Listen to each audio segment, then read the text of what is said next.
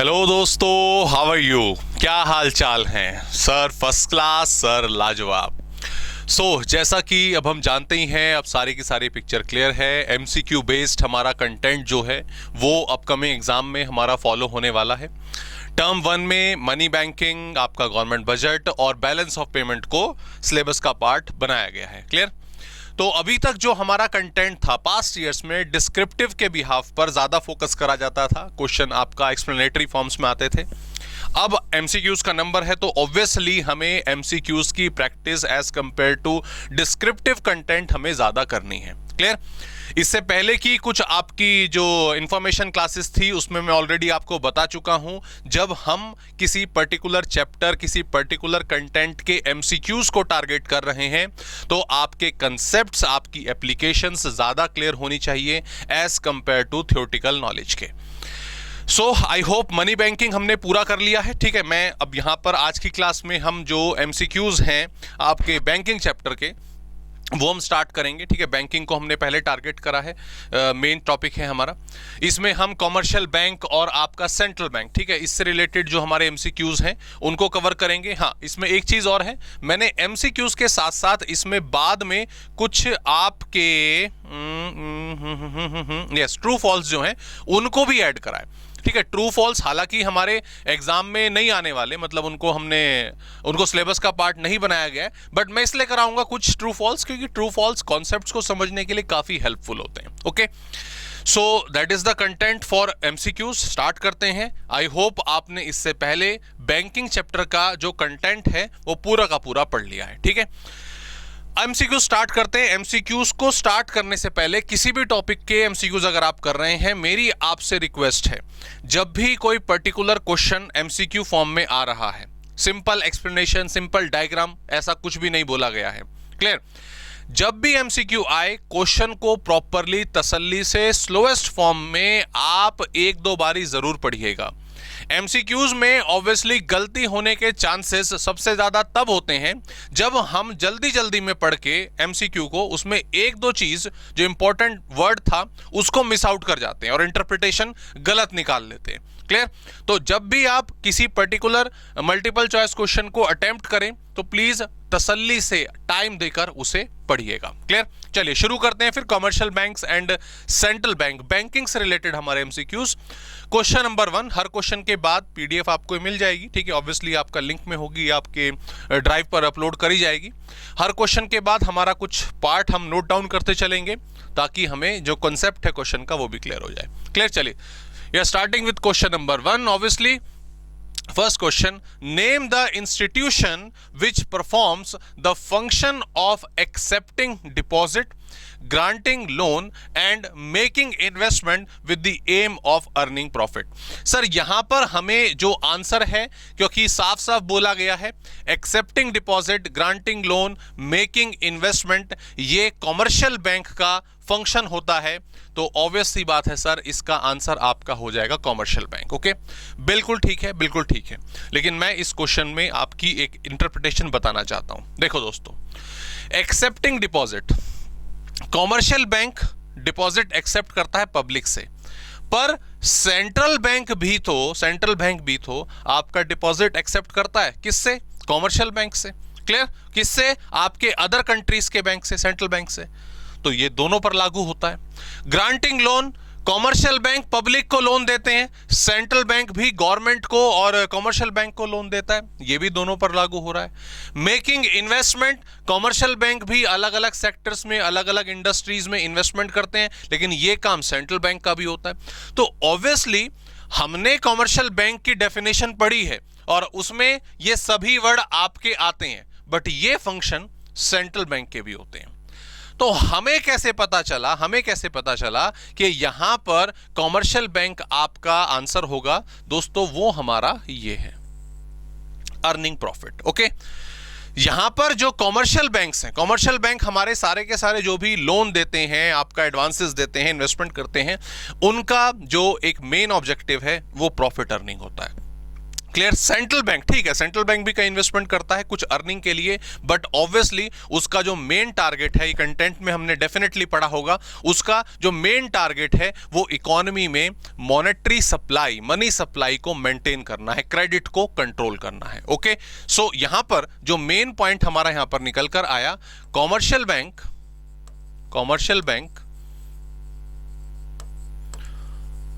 Perform all above functions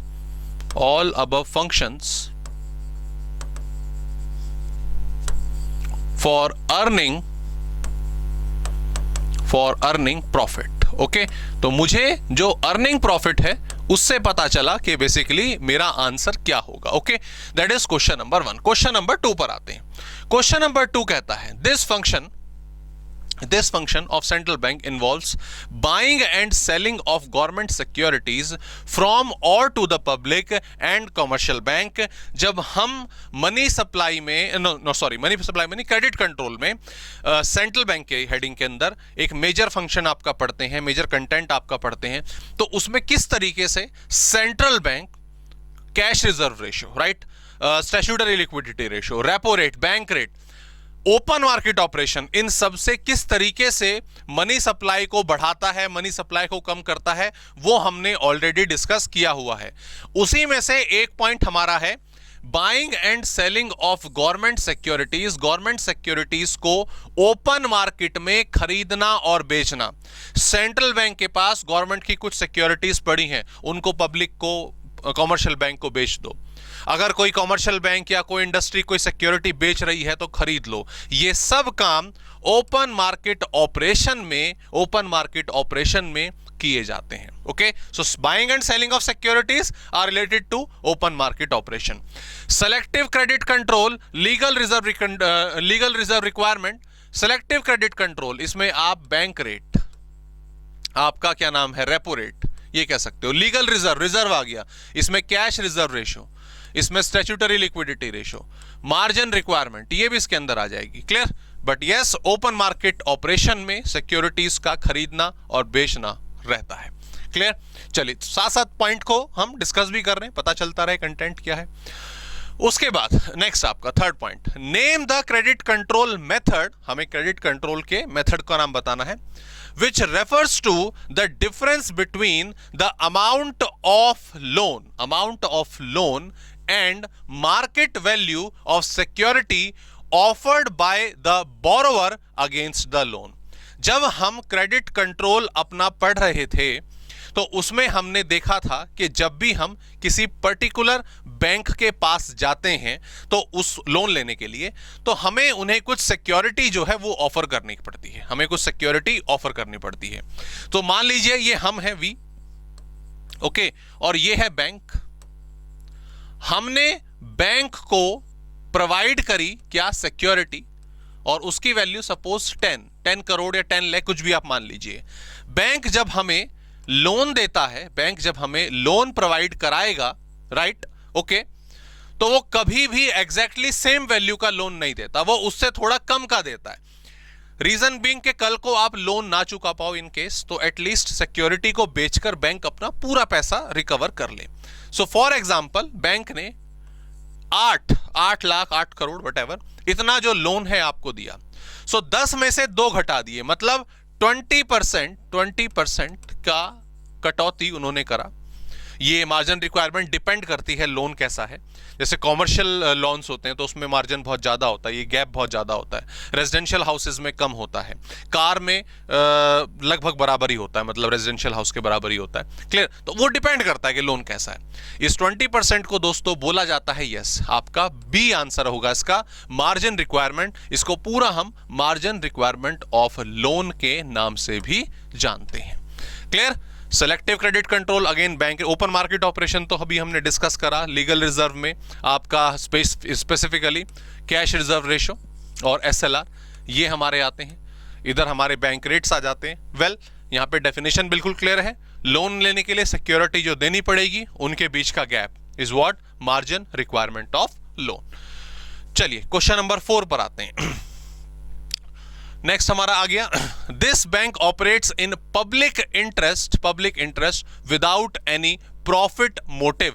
without any profit motive, तो without any profit motive में हम जानते हैं कि जो कंट्री का सेंट्रल बैंक होता है वो ऑपरेट करता है। ओके, कॉमर्शियल बैंक तो कर रहे हैं प्रॉफिट मोटिव के लिए काम, बट सेंट्रल बैंक जो होता है उनका मेन मोटिव इकोनॉमी में मनी कंट्रोल, मनी सप्लाई को कंट्रोल करना, क्रेडिट कंट्रोल करना होता है, सेंट्रल बैंक। और ऑब्वियसली हमारी कंट्री का जो सेंट्रल बैंक है that is Reserve Bank of India. Okay जी, डन।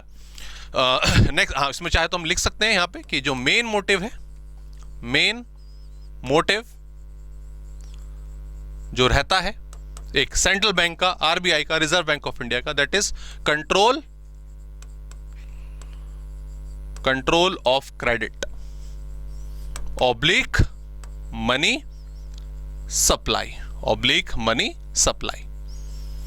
एंड ऑब्वियसली ये भी मालूम होना चाहिए कि सेंट्रल बैंक जो है उसका मेन मोटिव क्रेडिट कंट्रोल करना, मनी सप्लाई को कंट्रोल करना है। कैसे करते हैं? Yes, by the help of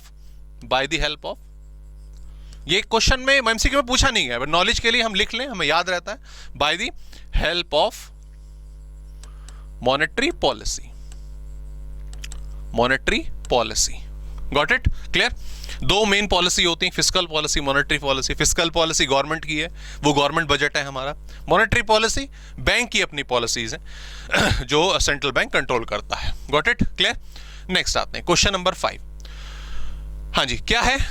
through the process of, ये कुछ है, फिल इन द ब्लैंक्स हमारा, commercial banks are able to create credit which is far excess of the initial deposit. Yes, exactly ऐसे ही कुछ मेन क्लासेस में हमने करा था कि एक बैंक के पास कुछ इनिशियल डिपॉजिट आया, उसमें से गवर्नमेंट रूल्स के हिसाब से उसने कुछ जो आपका क्या नाम है रिजर्व है वो बना लिया और कुछ लोन पर चढ़ा दिया। क्लियर? 100 में से मान लीजिए 20% रिजर्व हुआ, 80 रुपए लोन में दे दिए, वो वापस से घूम के बैंक में आ जाते हैं, बैंक फिर से इसमें से 20% अपना रिजर्व बनाता है और 64 बाकी लोन पे दे देता है। ये घूम के फिर अपना बैंक में आते हैं और ये प्रोसेस कंटिन्यूअसली ऐसे ही चलता रहता है। ये हमारा मेजर कंटेंट था जब हमने कॉमर्शियल बैंक की हेडिंग जो है उसको कवर किया था। सो इनमें से वो कौन सा है? एडवांसिंग लोन है क्या? एक्सेप्टिंग डिपॉजिट है क्या? मनी क्रिएशन है क्या? नन ऑफ दीज है क्या? Sir, the answer is very clear. Advancing loan, accepting deposits, ये सिंपल फंक्शन है, लेकिन ये जो ओवरऑल मेजर फंक्शन है दैट इज मनी क्रिएशन, और you can say sir it is credit creation. Advancing loan, ये लोन दिया, एक्सेप्टिंग डिपॉजिट, ये वापस से आ गया, ये दोनों फंक्शन है, बट ये इसका पार्ट होते हैं। Both of these are the part of money creation. तो ठीक है, जो कंक्लूजन हमने यहां पे लिखी कि पॉइंट ए यानी कि advancing of loan and C are part of money creation. Knowledge के लिए ये हमें मालूम होना चाहिए, मनी क्रिएशन या क्रेडिट क्रिएशन, ये मेजर प्रोसेस है और ये बाकी दोनों इसके अंदर ही ऑटोमेटिकली परफॉर्म होते हैं। चलिए अगले पॉइंट पर आते हैं, क्वेश्चन नंबर 6। ओके, अब यहां पर कुछ हमें इंटरेस्टिंगली पूछा गया है, what will be the effect of increase in repo rate on the money supply। ठीक है, money supply will increase, money supply will decrease, money supply will remain constant, money supply will initially increase and then it will decrease। okay, जो भी function है वो समझते हैं, लेकिन पहले जरा ये जान लेते हैं कि रेपो रेट क्या है। मेन क्लासेस में करा है हमने, बट कोई बात नहीं, यहां पर भी डिस्कस कर लेते हैं। What is repo rate? Okay, देखो commercial banks, right, commercial bank का डायरेक्ट रिलेशन किसके साथ? पब्लिक के साथ। दो मेन फंक्शन जो है वो परफॉर्म होते हैं।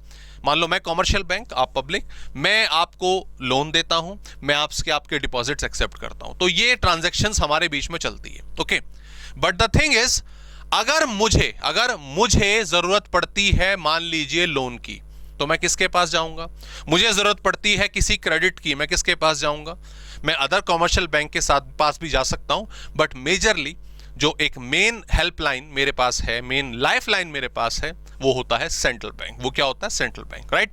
तो जब भी commercial bank commercial bank loan लेता है, लोन लेता है किससे? सेंट्रल बैंक से। किससे? सेंट्रल बैंक से। ओके, तो उस एक्टिविटी पर इंटरेस्ट लगेगा। भाई जैसे मैं आपको लोन दे रहा हूं तो फ्री में तो दूंगा नहीं, मैं ऑब्वियसली आपसे कुछ ना कुछ इंटरेस्ट चार्ज करूंगा। तो ऐसे ही जब कॉमर्शियल बैंक सेंट्रल बैंक से लोन लेता है तो ऑब्वियसली उस पर भी कोई इंटरेस्ट रेट जो है वो लागू होगा, वो अप्लाई होगा। ओके, दो तरह के रेट होते हैं, दो तरह के लोन होते हैं, दो तरह के लोन होते हैं। अगर कॉमर्शियल बैंक लोन लेता है सेंट्रल बैंक से लंबे टाइम के लिए, लॉन्ग पीरियड के लिए, तो उस पर दोस्तों लागू होता है बैंक रेट। क्या? Bank rate. लेकिन अगर लोन लिया गया है शॉर्ट टर्म के लिए तो उस पर लागू होता है आपका रेपो रेट। तो कुल मिलाकर नेचर सेम ही है, नेचर सेम ही है। लोन ले रहे हो कॉमर्शियल बैंक से तो आपको एक रेट ऑफ इंटरेस्ट देना पड़ेगा। नॉर्मली कॉमर्शियल बैंक्स लंबे टाइम तक जो लोन है वो लंबे टाइम का जो लोन है वो बहुत कम लेते हैं। शॉर्ट टर्म का पीरियड आपका लागू रहता है 3 मंथ का, 6 मंथ का। तो जो एक्टिव फंक्शन है, जो एक्टिव रेट है ना बहुत ज्यादा, वो रेपो रेट होता है। वो क्या होता है? Repo rate. तो simple what is repo rate is कि जब when a commercial bank take credit from central bank then the interest is payable at repo rate, या फिर repo rate is that particular rate at which central bank provide credit या central bank provide loan to the commercial bank. ये आप statement जो है दे सकते हैं। Clear? अच्छा जी, तो रेपो रेट का मीनिंग हुआ।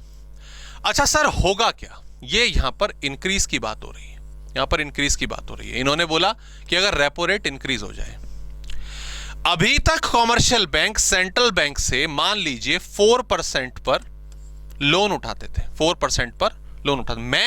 मैं सेंट्रल बैंक, आप सेंट्रल बैंक से मैंने 4% पे उठाया, आपको मैंने 6%, 7%, 8% पर दिया। ये प्रोसेस होता है। बाकी गैप जो होता है, बाकी जो अमाउंट होता है वो मैं कमाता हूं। क्लियर?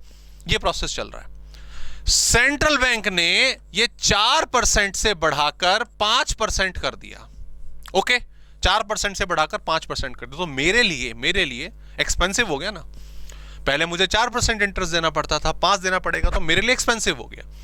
मेरे लिए एक्सपेंसिव हो गया तो मैं कम क्रेडिट लूंगा, मैं कम लोन लूंगा।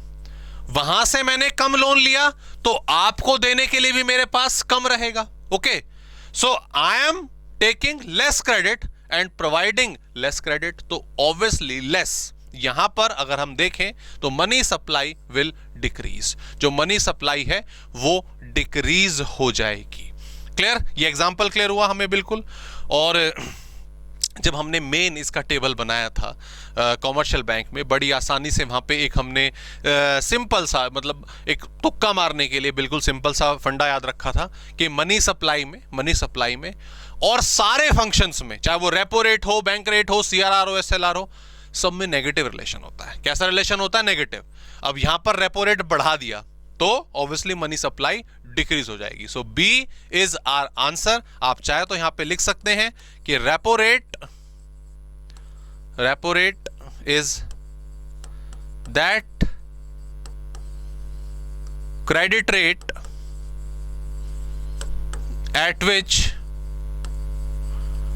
at which central bank provides credit to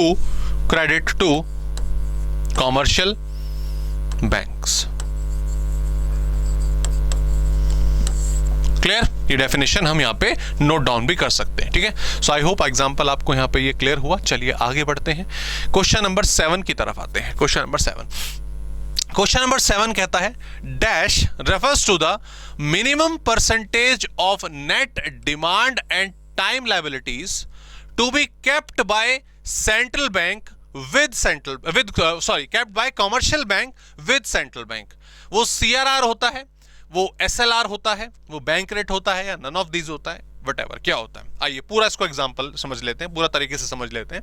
देखो, एक पर्टिकुलर कॉमर्शियल बैंक है, मैंने उसका नाम लिया एसबीआई। क्लियर? इसके पास पब्लिक ने अपना जो मनी है वो जमा कराया।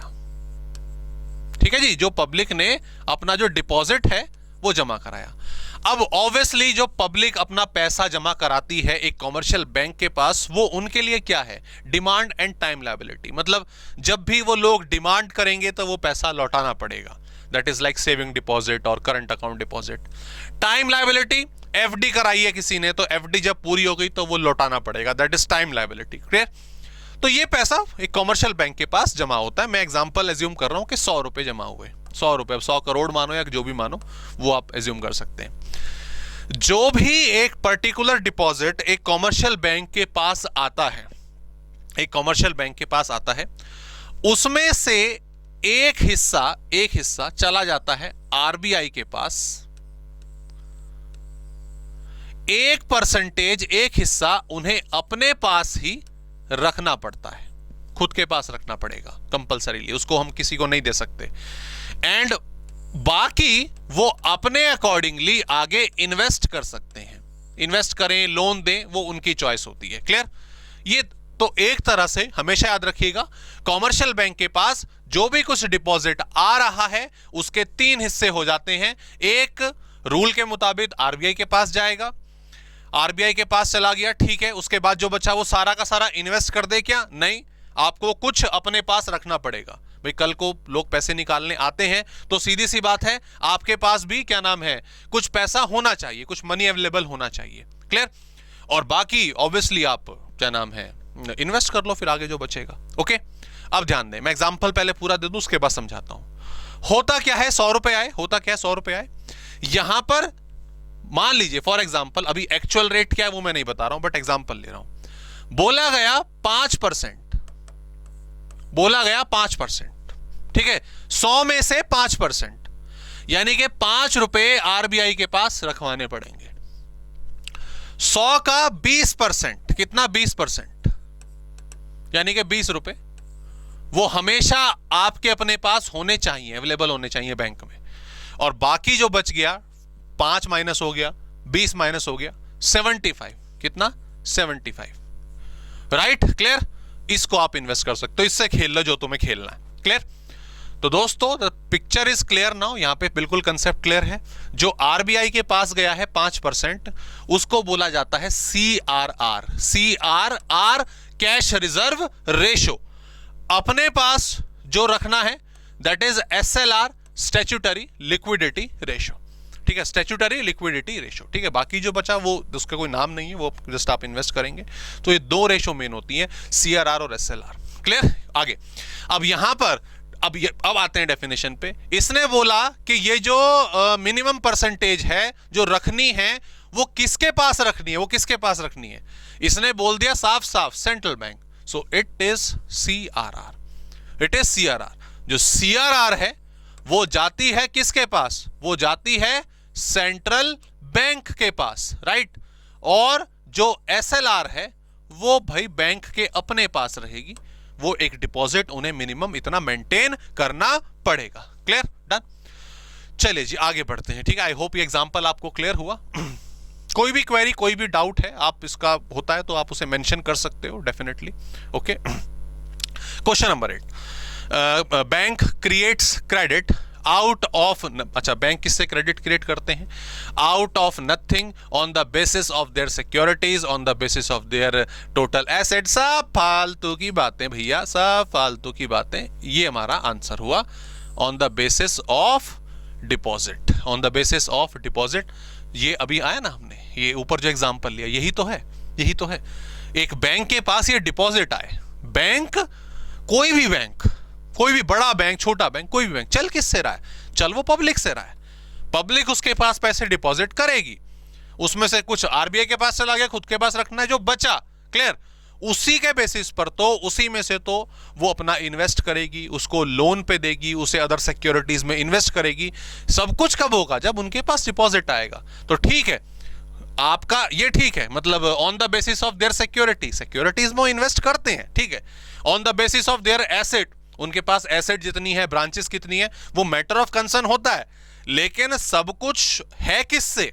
सब कुछ है पब्लिक से, पब्लिक जो पैसा जमा कराएगी। So the answer is what? On the basis of deposit. ठीक है, इसीलिए कहते हैं एक्सेप्टिंग डिपॉजिट, अगर कॉमर्शियल बैंक को हम एनालाइज करें, कॉमर्शियल बैंक को अगर हम समझें, तो दो फंक्शन पे खत्म, दो फंक्शन पे क्या खत्म हो गया ना, क्या sir, accepting deposit and advancing loan, right. दो मेन फंक्शन तो यही है, तो एक्सेप्टिंग डिपॉजिट जो है यही सबसे बड़ी चीज निकल के आती है। क्लियर? चलिए आगे बढ़ते हैं, डी का आंसर हुआ इसका। उसके बाद अच्छा थोड़ा सा ये ओके, न्यूमेरिकल पैटर्न भी हमारे सामने आ गया। If the total deposit created by commercial bank, total deposit created by commercial bank is 10,000 crore and legal reserve ratio is 40%, okay, then the amount of initial deposit will be 2, 3, 14, 4, जो भी है हमें answer बताना है। हमने क्रेडिट क्रिएशन का properly एक पूरा का पूरा चार्ट जो है वो एनालाइज करा हुआ, एक पूरा फ्लो चार्ट इन्वेस्टमेंट मल्टीप्लायर की तरह।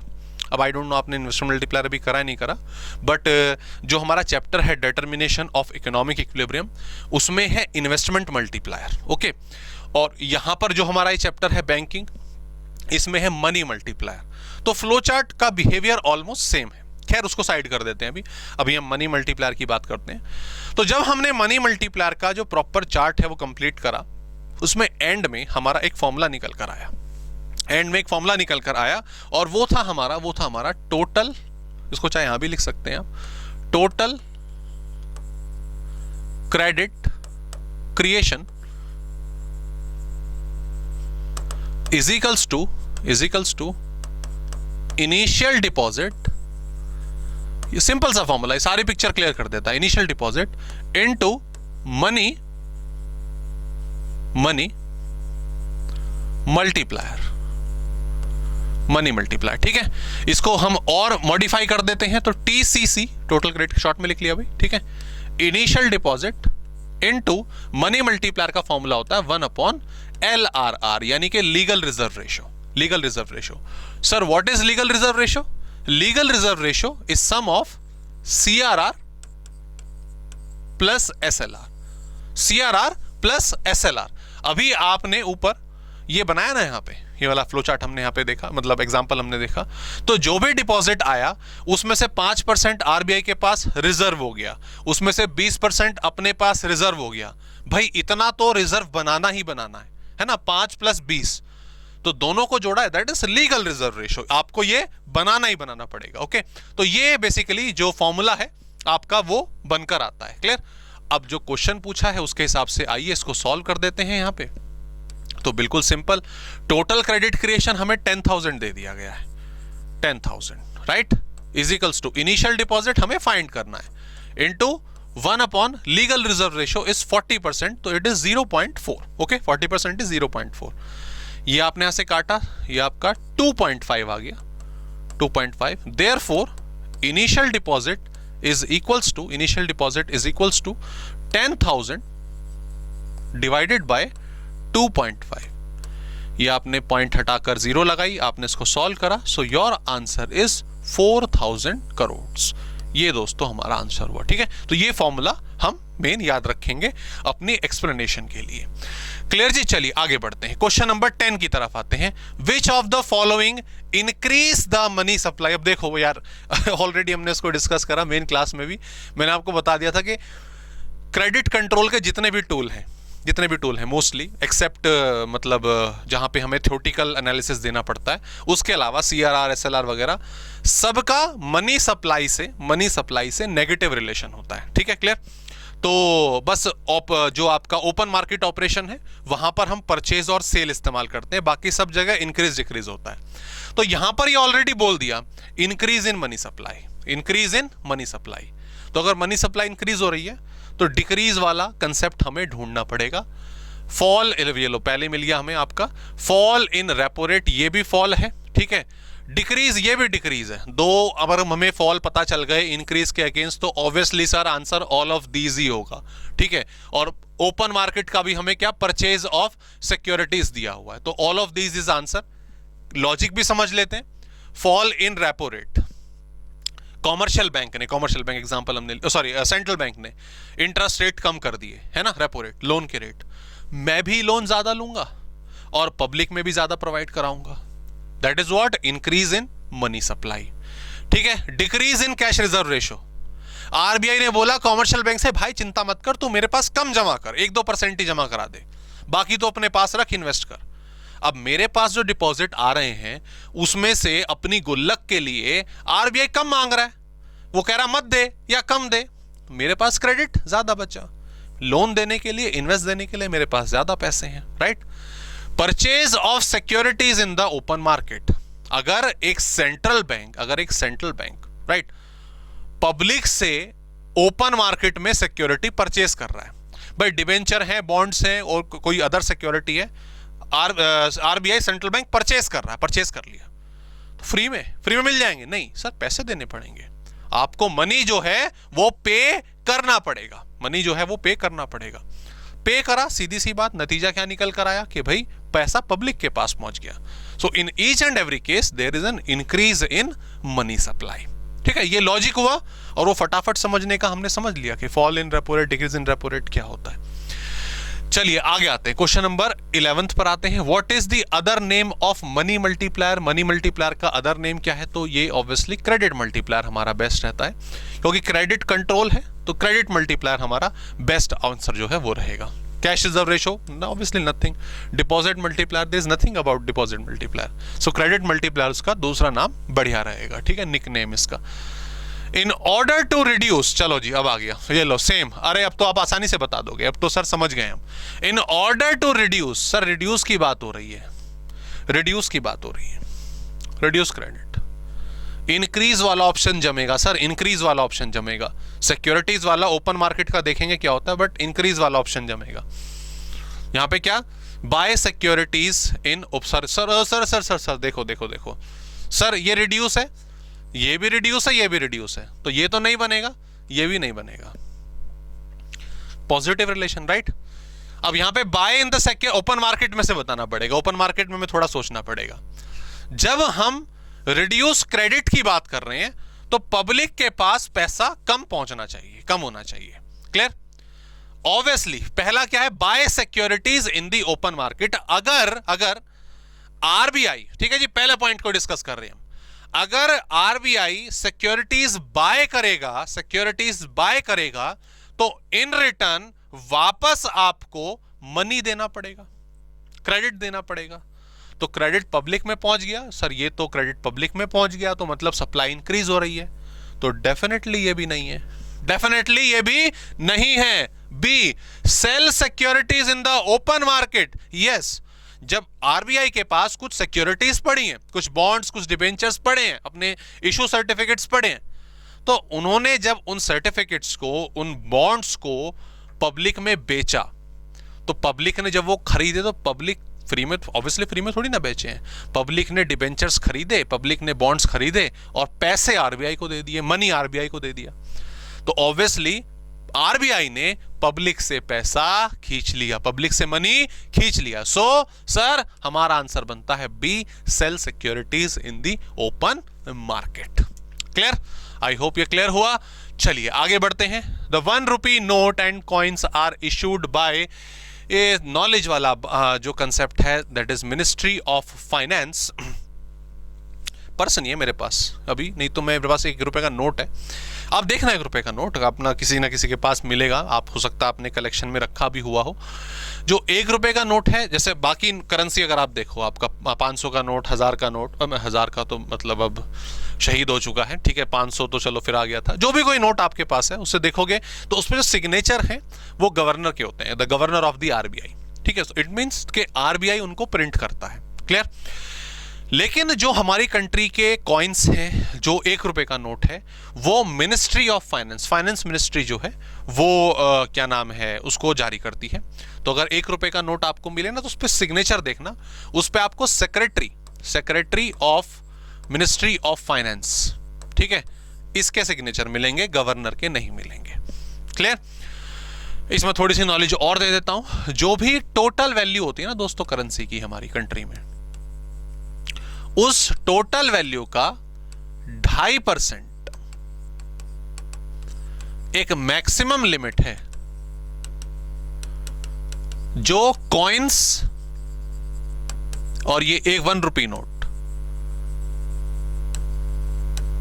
हो सकते हैं। ठीक है भाई, इशू करने के दो वो हो गए ना, एक आरबीआई भी करेंसी इशू कर रहा है, एक मिनिस्ट्री ऑफ फाइनेंस भी कर रही है, तो दोनों अपने अपने में लगे हुए हैं। ये सिक्के 1 रुपए के नोट छापे जा रहे हैं, बनाए जा रहे हैं। आरबीआई कह रहा है मैं ही बनाऊंगा 500 के नोट, मैं बनाऊंगा 2000 के नोट, देखते हैं कौन ज्यादा बनाता है। नहीं, ऐसा कुछ नहीं है, ये फिक्स है कि जो टोटल वैल्यू है ना उसका 2.5% से ज्यादा, मान लो एक हमारी कंट्री में मान लीजिए 1 लाख करोड़, हालांकि ज्यादा की है, तकरीबन 17-18 लाख करोड़ की जो करेंसी वैल्यू है वो सर्कुलेट हो रही है। तो मैं एज्यूम कर रहा हूं कि 1 लाख करोड़, कितना 1 लाख करोड़, तो 1 लाख करोड़ से 1 लाख करोड़ से अगर आप 2.5% निकालो तो 2,500 करोड़ बना। कितना बना? 2,500 करोड़। तो उससे ज्यादा के कॉइन्स और जो 1 रुपी नोट है वो सर्कुलेशन में नहीं होने चाहिए। कम हो चलेगा, 1%, 1.5%, 2% चलेगा, ज्यादा नहीं होने चाहिए। ये बेसिकली मॉनेटरी पॉलिसी का पार्ट है। अब क्यों, क्या, कैसे, वो एक लंबी डिस्कशन है, वो भी पॉसिबल नहीं है, तो हम आगे बढ़ते हैं। बट ये मालूम है आप होनी चाहिए, अब है तो बहुत अच्छी बात है। ठीक है, चलिए आगे बढ़ते हैं। Which of these is not a function? Which is not a function of central bank?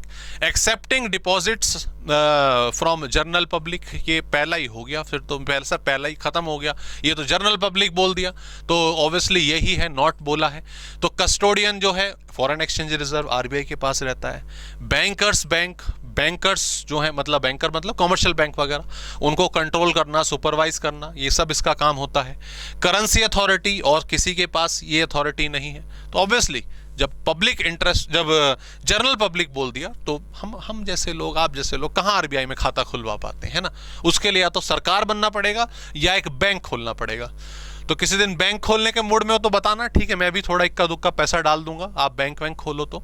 Clear है ना? ठीक है, अपना बैंक होगा, क्या दिक्कत है। Other name of legal reserve ratio is cash reserve ratio, statutory liquidity ratio, variable reserve ratio और आपका बैंक रेट। ठीक है, यहां पे अगर हम बात करें दोस्तों लीगल रिजर्व रिक्वायरमेंट की, जब हम बात करते हैं इसमें सबसे पहले नंबर आता है सीआरआर का। ठीक है, clear, CRR, cash reserve ratio. हालांकि ये एक कॉन्ट्राडिक्टरी क्वेश्चन है, ऐसे क्वेश्चंस अवॉइड होते हैं नॉर्मली। एलआरआर आपका सीआरआर और एसएलआर ये होते हैं, लेकिन जो एक पहला रिक्वायरमेंट, जो पहला एक मेन नेम माना जाता है, वो सीआरआर का माना जाता है। इस चीज को हम ध्यान रखेंगे। ठीक है, इसके अलावा आगे बढ़ते हैं। Which of the following function is not performed, again not performed by central bank. ठीक है, पहला है आपका बैंकर टू द गवर्नमेंट, हाँ जी होता है बिल्कुल। ओवरड्राफ्ट फैसिलिटी, ओहो, तो यही हो गया ना फिर हमारा। बाकी कंट्रोलर ऑफ मनी सप्लाई, ये तो अभी हम पूरा चैप्टर ही डिस्कस कर रहे हैं, और बैंकर्स बैंक ऊपर पड़ा था। ओवरड्राफ्ट की फैसिलिटी क्या है? ओवरड्राफ्ट की फैसिलिटी कॉमर्शियल बैंक, राइट, याद रखिएगा, कॉमर्शियल बैंक देते हैं। किसको? अपने अकाउंट होल्डर्स को, इसको अपने अकाउंट होल्डर्स को। और याद रखिएगा ओवरड्राफ्ट की फैसिलिटी, ओवरड्राफ्ट ऑब्वियसली आपको पता होगा, जब हमारे अकाउंट में कुछ मनी है तो उससे ज्यादा हम निकाल लें, ऐसी फैसिलिटी हम जैसों को, आप जैसों को नहीं मिलेगी, जो बिजनेसमैन होते हैं, और आप कह सकते हैं कि जिनका करंट अकाउंट होता है, जिनका करंट अकाउंट होता है, ये उनकी क्रेडिबिलिटी के हिसाब से, उन्हीं को रिसीव होती है। हर कोई इसकी फैसिलिटी नहीं ले सकता। Clear? So overdraft is performed by the commercial bank, right.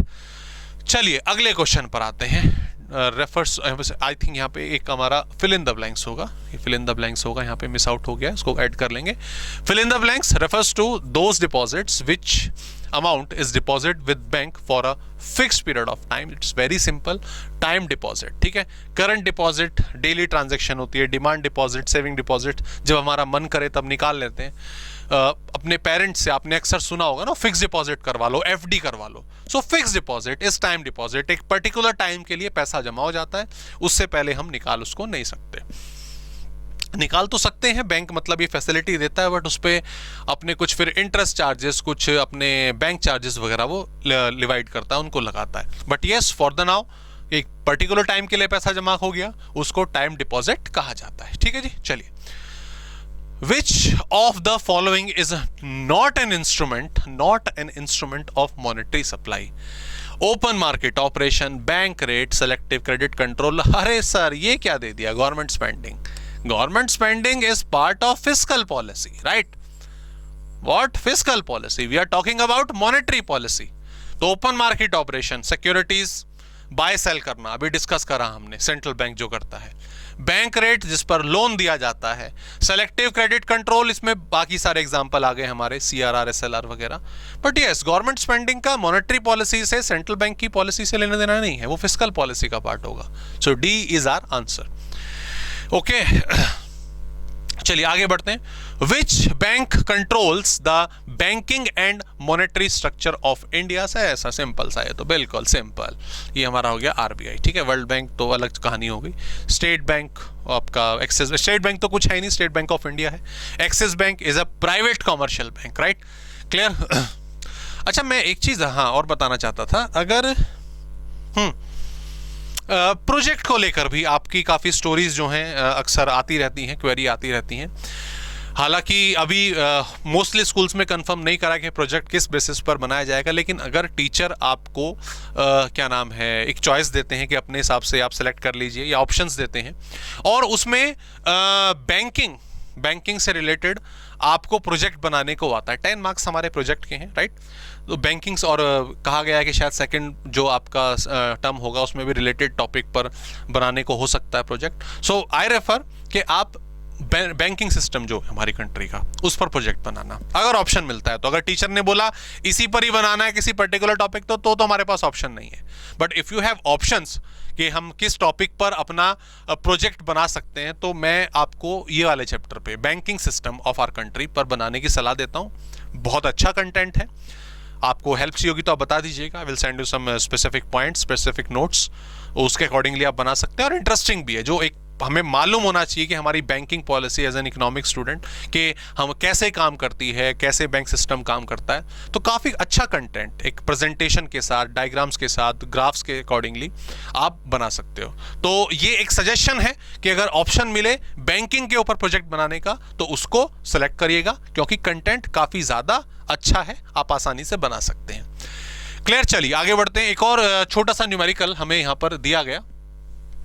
What is the value of a money multiplier? Okay, money multiplier हमें निकालने को बोला है। अगर इनिशियल डिपॉजिट आपका 500 है और आपका LRR आपका 10% है, तो देखो थोड़ा कंफ्यूज करने के लिए यहाँ पे बता दिया, बट मैंने आपको फॉर्मूला बताया था, total credit creation is equals to आपका क्या नाम है, हाँ yes, initial deposit into money multiplier, right? ये फॉर्मूला बताया था। मनी मल्टीप्लायर का डायरेक्ट फॉर्मूला होता है। अगर हमें टोटल क्रेडिट क्रिएशन दिया होता, इनिशियल डिपॉजिट दिया होता, तो हम निकाल सकते थे, लेकिन मनी मल्टीप्लायर का एक स्ट्रेट फॉरवर्ड फॉर्मूला क्या है? 1/LRR। तो 1/LRR इज 10%, यानी कि 0.1। ये पॉइंट आपने कटाया, 0.10 हमारा आंसर आ गया। So 10 is our answer, 10 is our answer. तो इसमें हमें जो इनिशियल डिपॉजिट थी उसकी कोई हेल्प लेने की जरूरत नहीं पड़ी, कोई जरूरत नहीं पड़ी। क्लियर? चलिए आगे क्वेश्चन पे आते हैं। एक क्वेश्चन रह गया, ट्रू फॉल्स भी, इसके हम वाइंड अप करेंगे अभी। Okay, what happen where there is an increase in margin requirement? Sir, negative relation अभी हमने डिस्कस करा था। मार्जिन रिक्वायरमेंट अगर आप इंक्रीज कर रहे हो तो डेफिनेटली आपका जो मनी सप्लाई है वो कम हो रही होगी। मनी सप्लाई क्या कम हो रही होगी? आइए ढूंढते हैं। It reduce the borrowing capacity and money supply. ये पहले ही आंसर में, पहले में इसने पिक्चर क्लियर कर दी। आगे पढ़ लेते हैं। Encourage borrow more, money supply increase, ये नहीं हो सकता। No change, none of these. Best answer यही है अपना। रीजन बीइंग, एक बैंक कह रहा था कि मैं 100 रुपए की सिक्योरिटी के बदले 80 रुपए का लोन दूंगा, ठीक है? 20% इनकी मार्जिन रिक्वायरमेंट थी, लेकिन उसी बैंक ने बोला कि अब मैंने ये मार्जिन रिक्वायरमेंट बढ़ा दी है, इंक्रीज कर दी है, 20 की जगह 30 कर दी है, 70 का लोन दूंगा। तो 100 सिक्योरिटी हम ज्यादा दे रहे हैं, लोन जो है उसके मुकाबले बहुत कम मिल रहा है, तो नहीं भाई रहने दो। तो लोग क्या करेंगे, उनकी जो बोरोइंग कैपेसिटी है वो कम हो जाएगी, डिस्करेज हो जाएंगे कि हम पैसा तो ज्यादा दे रहे हैं, मतलब सिक्योरिटी ज्यादा दे रहे हैं, लोन कम मिल रहा है, तो उसकी वजह से मनी सप्लाई कम हो जाएगी, उसकी वजह से मनी सप्लाई कम हो जाएगी। क्लियर दोस्तों? So these are some MCQs जो हमारे बैंकिंग कंटेंट के थे। आई रिक्वेस्ट कि आप इसको कंप्लीट करें, और क्लासेस हम MCQs की एड ऑन करते रहेंगे डेफिनेटली, लेकिन इसमें से अगर कोई कंटेंट, कोई भी क्वेरी डाउट आएगा तो डेफिनेटली पूछेगा। ओके, ट्रू फॉल्स जैसे मैंने आपको बताया, कि अभी हमारे एग्जाम के पैटर्न में नहीं है, बट करोगे तो अच्छा है। रीजन बीइंग कंसेप्ट हमारे काफी ज्यादा क्लियर हो जाते हैं ट्रू फॉल्स की हेल्प से। ओके, तो ट्रू फॉल्स हमें बताना है रीजन के साथ। Increase in cash reserve ratio adversely affects the capacity of commercial bank to create credit. Okay भाई, कैश रिजर्व रेशियो क्या है? कैश रिजर्व रेशियो क्या है कि भाई हमें एक मनी जो है वो आरबीआई के पास जमा कराना होता है। क्लियर? अगर हमारे पास डिपॉजिट्स आएंगे और उसमें से कम हिस्सा हमें जमा कराना पड़ा आरबीआई के पास, तो हमारे पास ज्यादा पैसा बचेगा, ज्यादा क्रेडिट बचेगा, हम ज्यादा इन्वेस्ट करेंगे। क्लियर? लेकिन आरबीआई ने कह दिया ज्यादा दो हमें, राइट? तो हमारे पास कम बचेगा, हम क्रेडिट क्रिएशन हल्की कर पाएंगे। वही ये कह रहा है कि अगर हम कैश रिजर्व रेशो बढ़ा दें तो कॉमर्शियल बैंक की क्रेडिट क्रिएशन की कैपेसिटी कम हो जाएगी। तो डेफिनेटली इसका आंसर है true,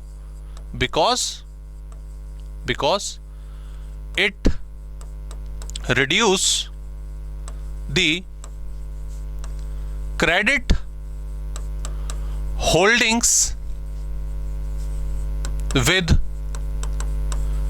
commercial banks for further investment।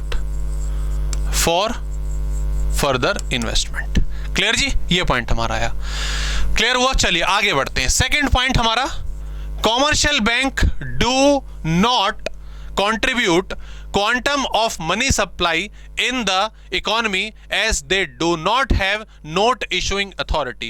quantum of money supply से सिंपल सा मतलब है क्वांटिटी का, ठीक है? और डेफिनेटली इसका आंसर हो जाता है ट्रू, क्योंकि करेंसी को, नोट्स को इशू करने का जो राइट है वो सिर्फ और सिर्फ सेंट्रल बैंक के पास है। True, because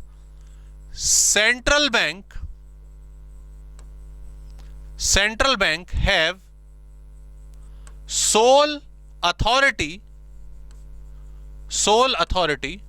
to issue currency notes।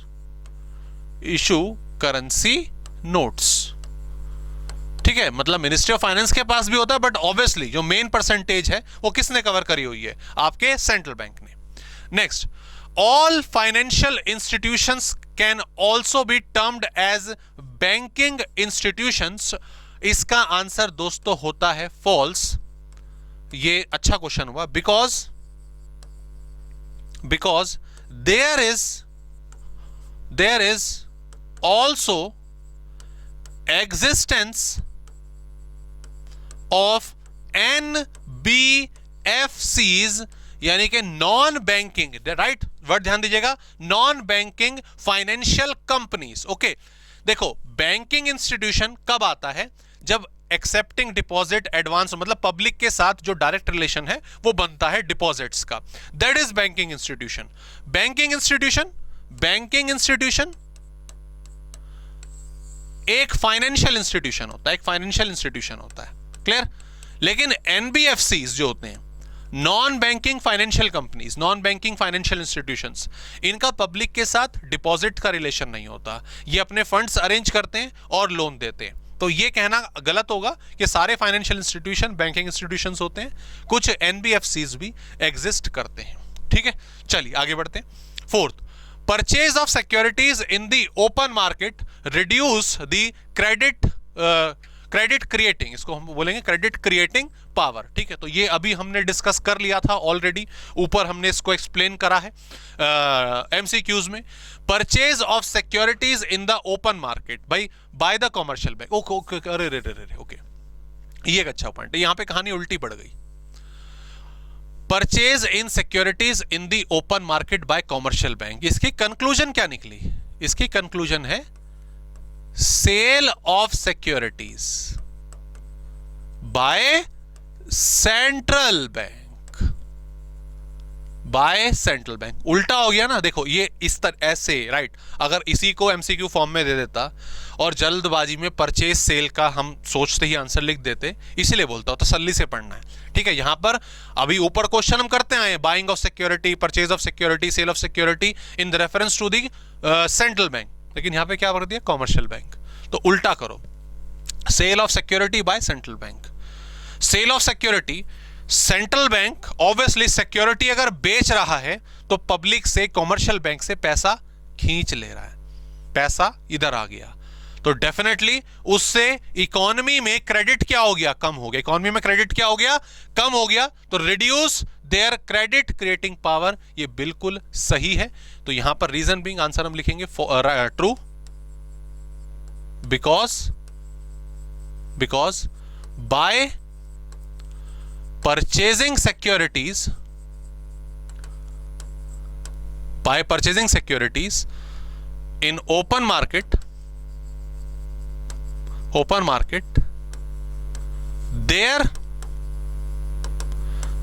credit funds या credit holdings falls। Security purchase करोगे तो डेफिनेटली पैसे आपको देने पड़ेंगे। क्लियर जी? चलिए आगे बढ़ते हैं। Cash reserve ratio and SLR are fixed by the commercial banks by themselves. No, false हो गया जी, फॉल्स, बिल्कुल false. CRR and SLR are fixed by central bank. ये सेंट्रल बैंक जो है वो करता है। और अच्छी बात, और थोड़ी नॉलेज के लिए आपको बता दूं, विच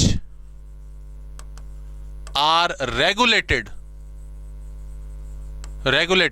इन एवरी 3 months। हर 3 महीने में ना सेंट्रल बैंक अपनी मॉनेटरी पॉलिसी निकालता है, इन रेट्स में चेंज वगैरह करने हैं नहीं करने बताता है। तो हर 3 महीने में इनको, आपका भी मेरे ख्याल से आज क्या तारीख है, आज का तारीख है जो भी है, मतलब अभी 4-5 दिन पहले ही आपकी मॉनेटरी पॉलिसी आई है, उसमें CRR SLR इनमें कोई चेंज नहीं करा गया। तो वट जो भी है आपका, ये सेंट्रल बैंक जो है वो फिक्स करते हैं। ठीक है, 6th पर आते हैं। 6th कहता है there is an inverse relationship between legal reserve ratio and value of money multiplier और size of money multiplier is given. मतलब 2 अलग अलग फॉर्म हो गए। ये पहला वाला पढ़ लेते हैं। वो कह रहे हैं कि LRR और मनी मल्टीप्लायर में आपका इनवर्स रिलेशनशिप होता है। सर इसका आंसर क्या होगा? सर इसका आंसर होगा ये, ट्रू या फॉल्स? ट्रू फॉल्स दोनों बन सकता है। ये सर फॉल्स, अगर मैं इधर कर दूं तो ट्रू बन जाएगा ना। देख सर नहीं पता, सीधी सी बात नहीं पता, करके देख लेते हैं क्या प्रॉब्लम है यार। LRR आप 0.2 से 0.4 कर दो, है ना, 20% से 40% कर दो, यही होता है ना। अब जरा मनी मल्टीप्लायर निकालना। इस केस में ये आ रहा है 5 और इस केस में ये आ रहा है 2.5, है ना। सॉल्व कर लिया, फॉर्मूला लगा दिया, आपको मालूम है। तो LRR बढ़ रहा है तो ऑब्वियसली ये आपका कम हो रहा है, आपका जो मनी मल्टीप्लायर है वो कम हो रहा है। आंसर क्या बना सर? फॉल्स। ये लो फॉल्स। नहीं, इसने क्या बोला? इनवर्स बोला ना। हाँ ठीक है, करेक्ट। अरे ट्रू हो गया फिर तो ये ट्रू हो गया ना। तो इनवर्स ही तो हुआ, ट्रू। और इसमें आप ये एग्जाम्पल सॉल्व करके दिखाएंगे अगर ऐसा, हालांकि आपको तो खैर MCQ का पैटर्न है, बट ये अगर आप पूछा जाए कि कैसे, तो इस एग्जाम्पल का इस्तेमाल कर सकते हैं। ओके, आगे बढ़ते हैं। आगे कहता है loan offered by commercial bank are equals to deposits received by them. Yes, इसके ट्रू है। Based on certain assumptions। ठीक है, वो आप क्लास में देखेंगे भाई, वो थोड़ा लंबा टॉपिक है। मैं शॉर्ट में बता देता हूं अभी कि हम ये मानते हैं कि जो कॉमर्शियल बैंक्स लोन प्रोवाइड कराते हैं वो सर्कुलेट होकर पब्लिक में वापस से पूरा का पूरा बैंक में ही डिपॉजिट होता है। तो ये कुछ assumptions हैं जो क्रेडिट क्रिएशन के प्रोसेस में मानी गई हैं। RBI act as the banker to the central government, commercial bank act as a banker to state government। हाँ भाई बिल्कुल, यस ट्रू। ये इनका एक मेन फंक्शन है कि ये आपके किसको, सेंट्रल बैंक भी स्टेट गवर्नमेंट भी, दोनों के दोनों, मतलब आपका जो स्टेट है उसकी जो खाता होगा, जो सेंट्रल बैंक है उसका खाता होगा, और कॉमर्शियल बैंक का जो खाता है, खाता बोले तो अकाउंट, खाना नहीं खाता, ठीक है, वो आपका RBI ही कंट्रोल करता है। ठीक है, okay. And the last is question number 9। ये आपको करना है, देखते हैं कि आप इसका क्या आंसर देते हैं। आप बताइए, ये होमवर्क हुआ, ठीक है, इसको लिख के बताओ फटाफट से, कमेंट करो इसके ऊपर कि इसका क्या पॉसिबल आंसर हो सकता है।